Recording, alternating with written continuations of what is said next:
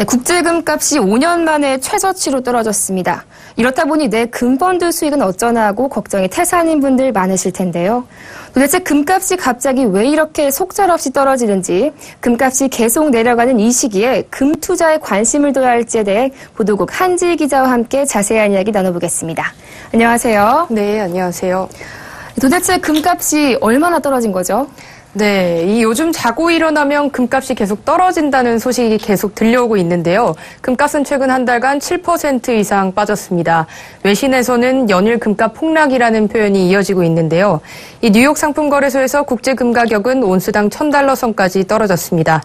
지난 3일 금 1온수는 전거래일보다 5.5달러 하락한 $1,089.4에 거래를 마쳤습니다. 지난 2011년 최고점을 찍었던 $1,899에 비하면 거의 반토막이 난 셈인데요. 좀 쉽게 말씀드리면 돌반지를 한번 예로 들어보겠습니다.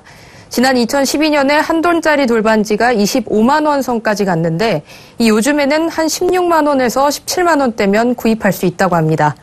금값 하락으로 한국은행도 금투자에서 1조 8천억 원가량 평가 손실을 봤습니다.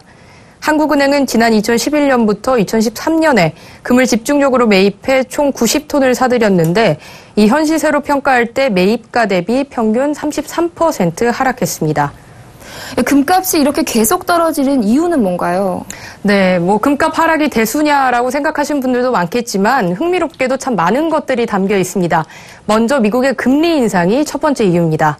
미국 중앙은행인 연방준비제도는 금융위기 이후 이어졌던 양적 완화를 지난해 종료하고 올 하반기 금리를 올릴 예정입니다.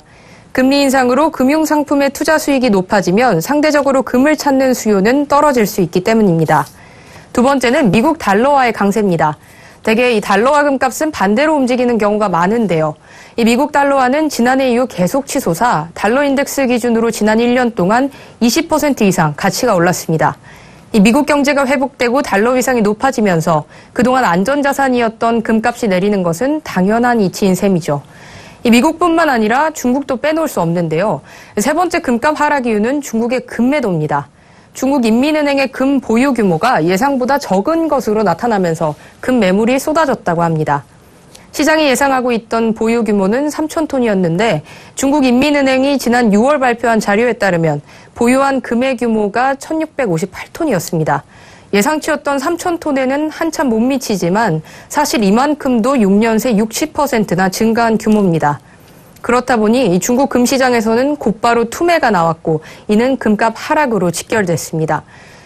중국이 앞으로 금 보유량을 더 늘려가겠지만 시장으로서는 나름 충격이었습니다. 네, 금값이 많이 떨어지다 보니까 최근 금테크 하려는 분들 부쩍 늘었다죠.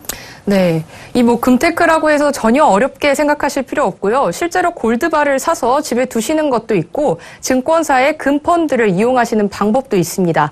증권사의 금펀드 같은 경우에는 국제 금값의 움직임에 따라서 수익률도 결정이 되고요. 이렇게 두 가지 방식으로 금 투자를 하시면 됩니다.